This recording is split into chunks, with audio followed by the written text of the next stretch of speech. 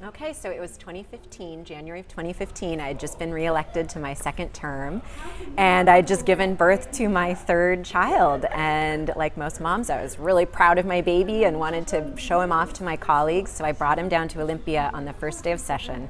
It's a very ceremonial day. We get sworn in, lots of pageantry, and I thought this is a great day to introduce him to all of my colleagues. And so we were all lined up in the marble halls. The big doors were closed, about to get thrown open, and just as that was about to happen, the House attorney came running over to me saying, "Our House rules prohibit babies on the House floor. You're going to have to figure out something to do with him." And I was astonished. And like really quickly in that moment was like, my constituents knew I had this baby when they voted for me.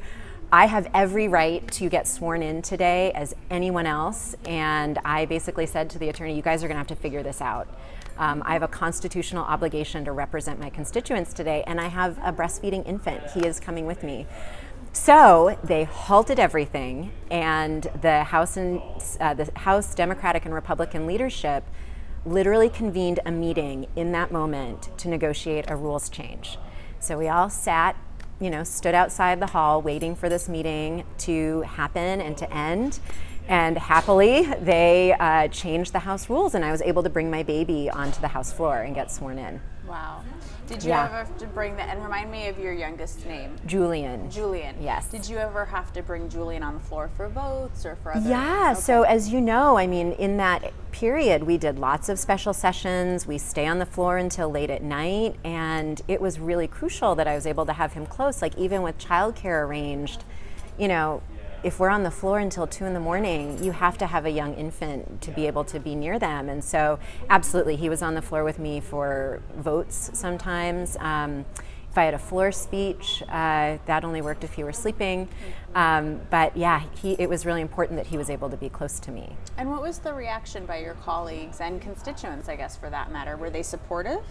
They were absolutely supportive. What I think I found and my colleagues found is that this rule wasn't just good for me as the woman with an infant, a breastfeeding infant. It was that everyone who had caretaking responsibilities, there was a Republican who's had a grandchild that session. He was able to bring his infant grandchild and watch her.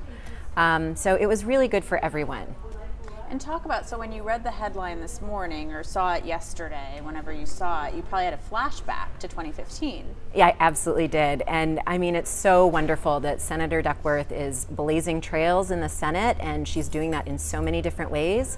But on the other hand, it's 2018. Like, it is really, the hour is late for these kinds of conversations to happen. And it just really shows us how retrograde and far back our legislatures and our Congress is still on these rules.